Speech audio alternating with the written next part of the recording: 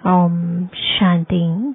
आज 30 जून 2024 अव्यक्त बाप दादा के रिवाइज कोर्स के 30 मार्च सन 2000 के महावाक्य है। मन को दुरुस्त रखने के लिए बीच बीच में 5 सेकंड भी निकालकर मन की एक्सरसाइज करो। आज दूरादेशी बाप दादा अपने साकार दुनिया के भिन्न भिन्न देशवासी बच्चों से मिलने आए हैं। बाप दादा भिन्न भिन्न देशवासियों को एक देशवासी देख रहे हैं। चाहे कोई कहाँ से भी आए हो, लेकिन सबसे पहले सभी एक ही देश से आए हो। तो अपना अनादि देश याद है ना, प्यारा लगता है ना। बाप के साथ साथ अपना अनादि देश भी बहुत प्यारा लगता है ना। बाप दादा आज सभी बच्चों के 5 स्वरूप देख रहे हैं। जानते हो 5 स्वरूप कौन से हैं? जानते हो ना, 5 मुखी ब्रह्मा का भी पूजन होता है। तो बाप दादा सभी बच्चों के 5 स्वरूप देख रहे हैं।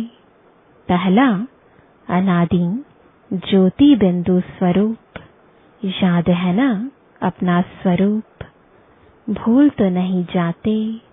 दूसरा है आदि देवता स्वरूप, पहुंच गए देवता स्वरूप में। तीसरा मध्य में पूज्य स्वरूप, वह भी याद है। आप सबकी पूजा होती है या भारतवासियों की होती है? आपकी पूजा होती है। कुमार सुनाओ, आपकी पूजा होती है। तो तीसरा है पूज्य स्वरूप। चौथा है संगम युगी ब्राह्मण स्वरूप। और लास्ट में है फरिश्ता स्वरूप। तो 5 ही रूप याद आ गए। अच्छा, 1 सेकंड में यह 5 ही रूपों में अपने को अनुभव कर सकते हो। 1 2 3 4 5 तो कर सकते हो। यह 5 ही स्वरूप कितने प्यारे हैं। जब चाहो जिस भी रूप में स्थित होने चाहो, सोचा और अनुभव किया। यही रूहानी मन की एक्सरसाइज है। आजकल सभी क्या करते हैं? एक्सरसाइज करते हैं ना। जैसे आदि में भी आपकी दुनिया में यानी सतयुग में नेचुरल चलते फिरते की एक्सरसाइज थी। खड़े होकर के 1 2 3 एक्सरसाइज नहीं। तो अभी अंत में भी बाप दादा मन की एक्सरसाइज कराते हैं। जैसे स्थूल एक्सरसाइज से तन तंदुरुस्त रहता है ना, तो चलते फिरते यह मन की एक्सरसाइज करते रहो। इसके लिए टाइम नहीं चाहिए। 5 सेकंड कभी भी निकाल सकते हो या नहीं? ऐसा कोई बिजी है जो 5 सेकंड भी नहीं निकाल सके? है कोई? तो हाथ उठाओ। फिर तो नहीं कहेंगे क्या करें, टाइम नहीं मिलता। यह तो नहीं कहेंगे ना, टाइम मिलता है। तो यह एक्सरसाइज बीच बीच में करो। किसी भी कार्य में हो, 5 सेकंड की यह मन की एक्सरसाइज करो, तो मन सदा ही दुरुस्त रहेगा, ठीक रहेगा। बाप दादा तो कहते हैं हर घंटे में यह 5 सेकंड की एक्सरसाइज करो। हो सकती है, देखो सभी कह रहे हैं हो सकती है। याद रखना, ओम शांति भवन याद रखना, भूलना नहीं। तो जो मन की भिन्न भिन्न कंप्लेन है ना, क्या करें, मन नहीं टिकता। मन को मण बना देते हो, वजन करते हैं ना। पहले जमाने में पाव, सिर और मण होता था, आजकल बदल गया है। तो मन को मण बना देते हैं, बोझ वाला। और यह एक्सरसाइज करते रहेंगे तो बिल्कुल लाइट हो जाएंगे, अभ्यास हो जाएगा। ब्राह्मण शब्द याद आए और ब्राह्मण जीवन के अनुभव में आ जाओ। फरिश्ता शब्द कहो तो फरिश्ता बन जाओ। मुश्किल है, नहीं है? कुमार बोलो, थोड़ा मुश्किल है। आप फरिश्ते हो या नहीं? आप ही हो या दूसरे हैं? कितने बार फरिश्ता बने हो? अनगिनत बार बने हो।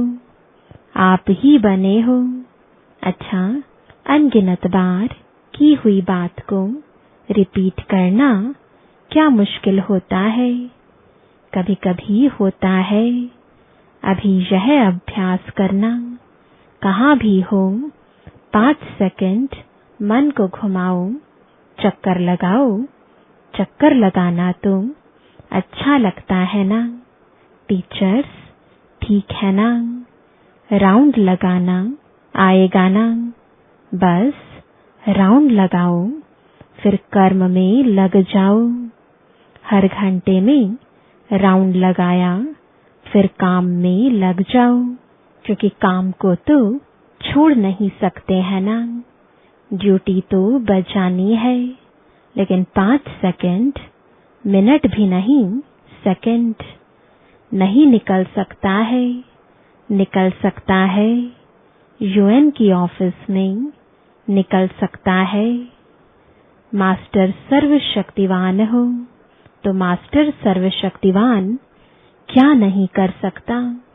बाप दादा को एक बात पर बच्चों को देख करके मीठी मीठी हंसी आती है। किस बात पर? चैलेंज करते हैं, पर्चा छपाते हैं, भाषण करते हैं, कोर्स कराते हैं। क्या कराते हैं? हम विश्व को परिवर्तन करेंगे। यह तो सभी बोलते हैं ना, या नहीं? सभी बोलते हैं या सिर्फ भाषण करने वाले बोलते हैं? तो एक तरफ कहते हैं विश्व को परिवर्तन करेंगे, मास्टर सर्वशक्तिवान है, और दूसरे तरफ अपने मन को मेरा मन कहते हैं। मालिक है मन के और मास्टर सर्वशक्तिवान है, फिर भी कहते हैं मुश्किल है।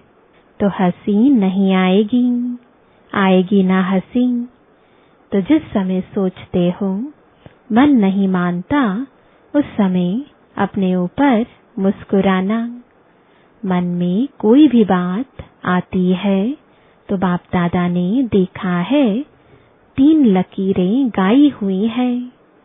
एक पानी पर लकीर, पानी पर लकीर देखी है। लगाओ लकीर तो उसी समय मिट जाएगी। लगाते तो है ना।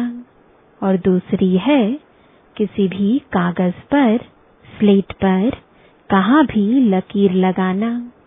और सबसे बड़ी लकीर है पत्थर पर लकीर। पत्थर की लकीर मिटती बहुत मुश्किल है। तो बाप दादा देखते हैं कि कई बार बच्चे अपने ही मन में पत्थर की लकीर के मुआफिक पक्की लकीर लगा देते हैं, जो मिटाते हैं लेकिन मिटती नहीं है। ऐसी लकीर अच्छी है। कितना बारी प्रतिज्ञा भी करते हैं, अब से नहीं करेंगे, अब से नहीं होगा, लेकिन फिर परवश हो जाते हैं। इसलिए बाप दादा को बच्चों पर घृणा नहीं आती है, रहम आता है। परवश हो जाते हैं तो परवश पर रहम आता है। जब बाप दादा ऐसे रहम भाव से बच्चों को देखते हैं तो ड्रामा के पर्दे पर क्या आ जाता है? कब तक? तो इसका उत्तर आप दो। कब तक? कुमार दे सकते हैं। कब तक यह समाप्त होगा? बहुत प्लान बनाते हो ना कुमार, तो कब तक बता सकते हो? आखिर भी यह कब तक? बोलो, जवाब आता है कब तक? दादियां सुनाओ। तो बाबा को कहा, जब तक संगम युग है तब तक थोड़ा थोड़ा रहेगा। तो संगम युग भी कब तक? तो सभी ने कहा, जब फरिश्ता बन जाएंगे। वह भी कब तक? तो सभी ने कहा, बाबा बताए, फरिश्ता बनना आपको है या बाप को? तो इसका जवाब सोचना। बाप तो कहेंगे, अब तैयार है। आधी माला में भी हाथ नहीं उठाया। बाप दादा सदा ही बच्चों को संपन्न स्वरूप में देखने चाहते हैं।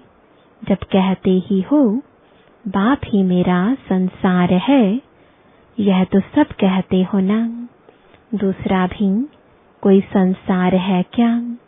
बाप ही संसार है, तो संसार के बाहर और क्या है? सिर्फ संस्कार परिवर्तन करने की बात है। ब्राह्मणों के जीवन में मेजॉरिटी विघ्न रूप बनता है संस्कार, चाहे अपना संस्कार, चाहे दूसरों का संस्कार। ज्ञान सभी में है, शक्तियां भी सभी के पास है, लेकिन कारण क्या होता है? जो शक्ति जिस समय कार्य में लानी चाहिए, उस समय इमर्ज होने के बजाय थोड़ा पीछे इमर्ज होती है। पीछे सोचते हैं कि यह ना कहकर यह कहती तो बहुत अच्छा, यह करने के बजाय यह करती तो बहुत अच्छा। लेकिन जो समय पास होने का था वह तो निकल जाता है। वैसे सभी अपने में शक्तियों को सोचते भी रहते हो।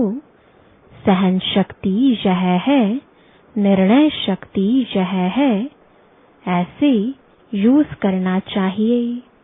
सिर्फ थोड़े समय का अंतर पड़ जाता है। और दूसरी बात क्या होती है? चलो, एक बार समय पर शक्ति कार्य में नहीं आई और बाद में महसूस भी किया कि यह ना करके यह करना चाहिए था। समझ में आ जाता है पीछे, लेकिन उस गलती को एक बार अनुभव करने के बाद आगे के लिए अनुभवी बन उसको अच्छी तरह से रियलाइज कर लें, जो दोबारा नहीं हो। फिर भी प्रोग्रेस हो सकती है। उस समय समझ में आता है यह रॉन्ग है, यह राइट है, लेकिन वही गलती दोबारा नहीं हो, उसके लिए अपने आप से अच्छी तरह से रियलाइजेशन करना। उसमें भी इतना फुल % पास नहीं होते। और माया बड़ी चतुर है। वही बात मानो आप में सहन शक्ति कम है, तो ऐसी ही बात जिसमें आपको सहन शक्ति यूज करना है, एक बार आपने रियलाइज कर लिया, लेकिन माया क्या करती है कि दूसरी बारी थोड़ा सा रूप बदली करके आती है। होती वही बात है, लेकिन जैसे आजकल के जमाने में चीज वही पुरानी होती है, लेकिन पॉलिश ऐसी कर देते हैं जो नई से भी नई दिखाई दे। तो माया भी ऐसे पॉलिश करके आती है, जो बात का रहस्य वही होता है। मानो आप में ईर्ष्या आ गई। ईर्ष्या भी भिन्न भिन्न रूप की है। एक रूप की नहीं है, तो बीज ईर्ष्या का ही होगा, लेकिन और रूप में आएगी, उसी रूप में नहीं आती है। तो कई बार सोचते हैं कि यह बात पहले वाली तो वह थी ना, यह तो बात ही दूसरी हुई ना। लेकिन बीज वही होता है, सिर्फ रूप परिवर्तित होता है। उसके लिए कौन सी शक्ति चाहिए? परखने की शक्ति। इसके लिए बाप दादा ने पहले भी कहा है कि दो बातों का अटेंशन रखो। एक, सच्चे दिल, सच्चाई अंदर नहीं रखो। अंदर रखने से गैस का गुब्बारा भर जाता है और आखिर क्या होगा? फटेगा ना। तो सच्चे दिल, चलो आत्माओं के आगे थोड़ा संकोच होता है, थोड़ा शर्म सा आता है, पता नहीं मुझे किस दृष्टि से देखेंगे। लेकिन सच्ची दिल से, महसूसता से बाप दादा के आगे रखो। ऐसे नहीं मैंने बाप दादा को कह दिया, यह गलती हो गई। जैसे ऑर्डर चलाते हैं, हाँ मेरे से यह गलती हो गई।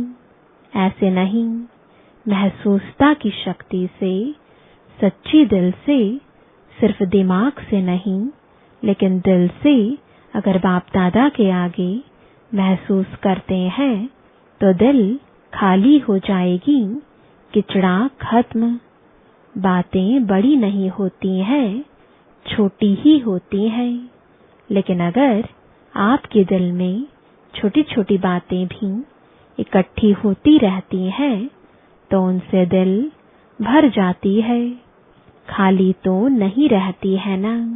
तो दिल खाली नहीं तो दिलाराम कहाँ बैठेगा? बैठने की जगह तो होना।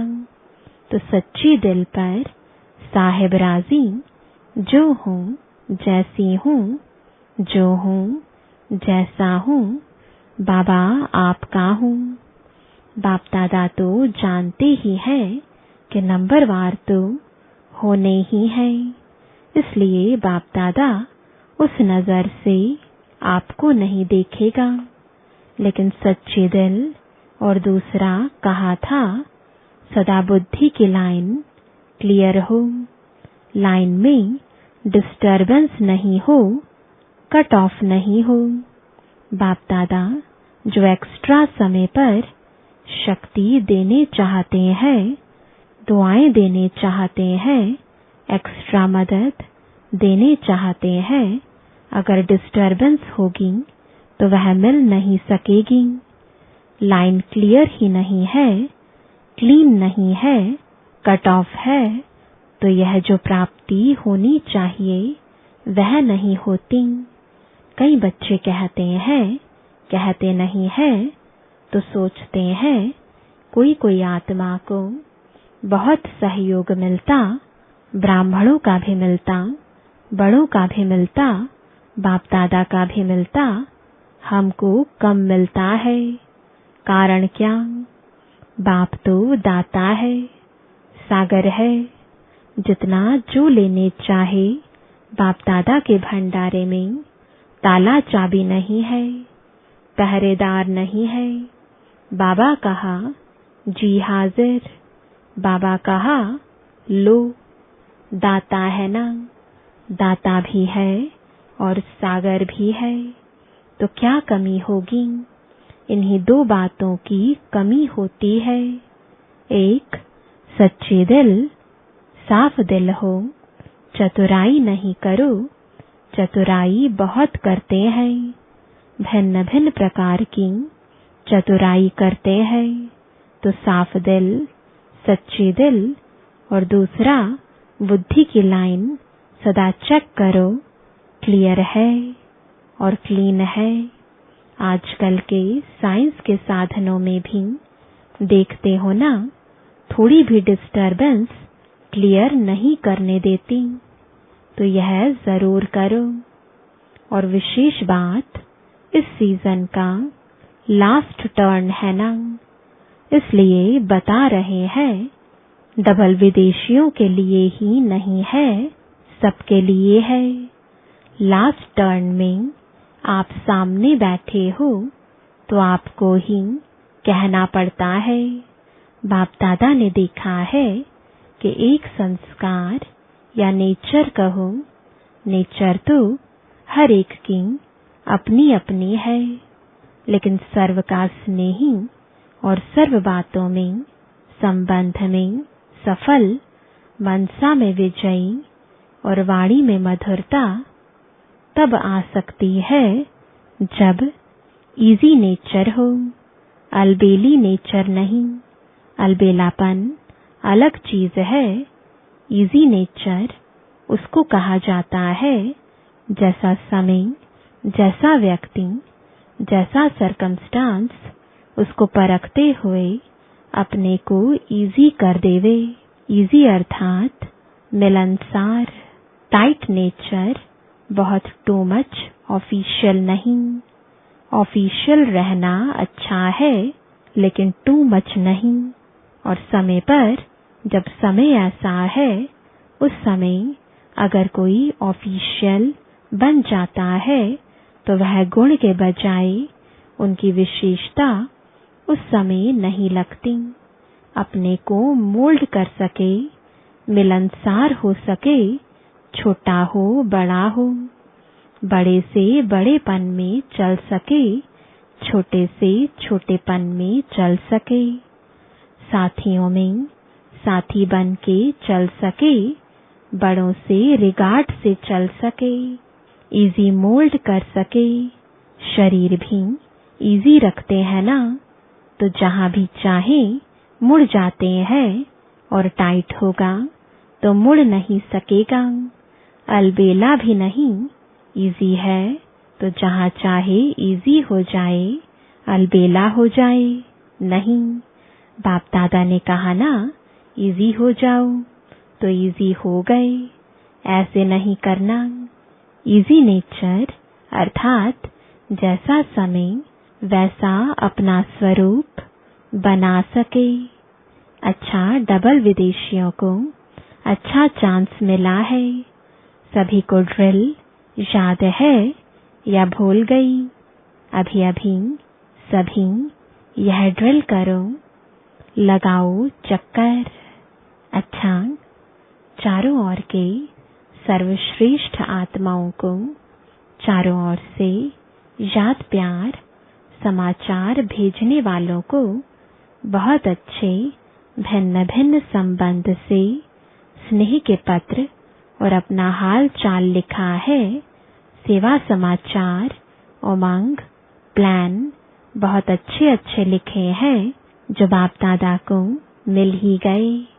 जिस प्यार से मेहनत से लिखा है, तो जिन्होंने भी लिखा है वह हर एक अपने अपने नाम से बाप दादा का, दिलाराम का दिल से याद प्यार स्वीकार करे।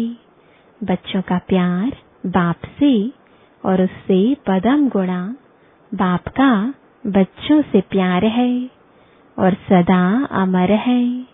स्नेही बच्चे न बाप से अलग हो सकते हैं, न बाप बच्चों से अलग हो सकते हैं। साथ है, साथ ही रहेंगे।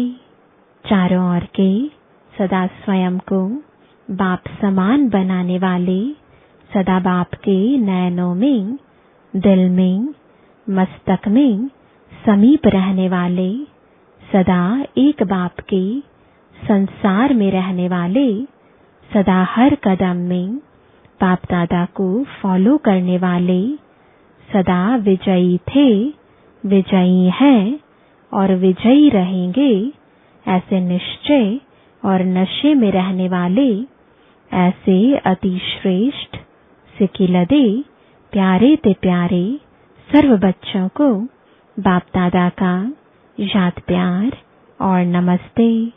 रूहानी बच्चों की रूहानी बाप दादा को गुड मॉर्निंग और नमस्ते।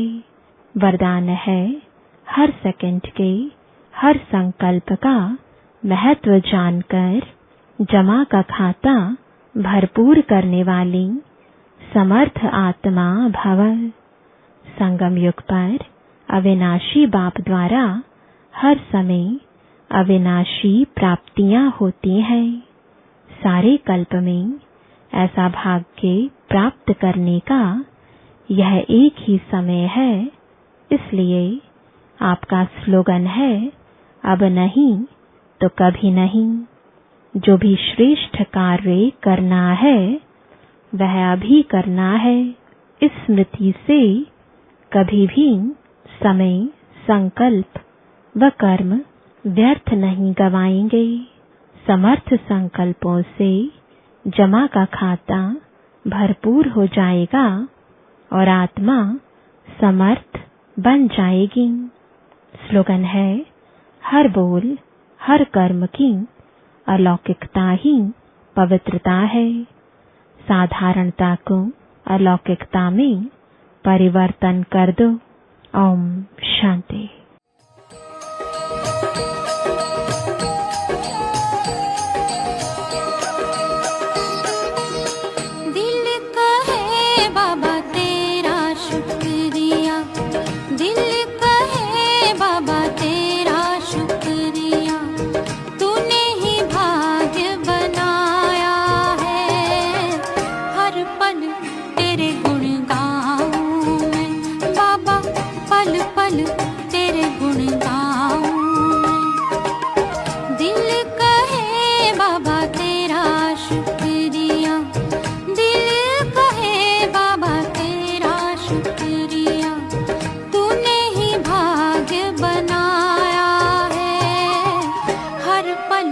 तेरे गुण गाऊं मैं बाबा, पल पल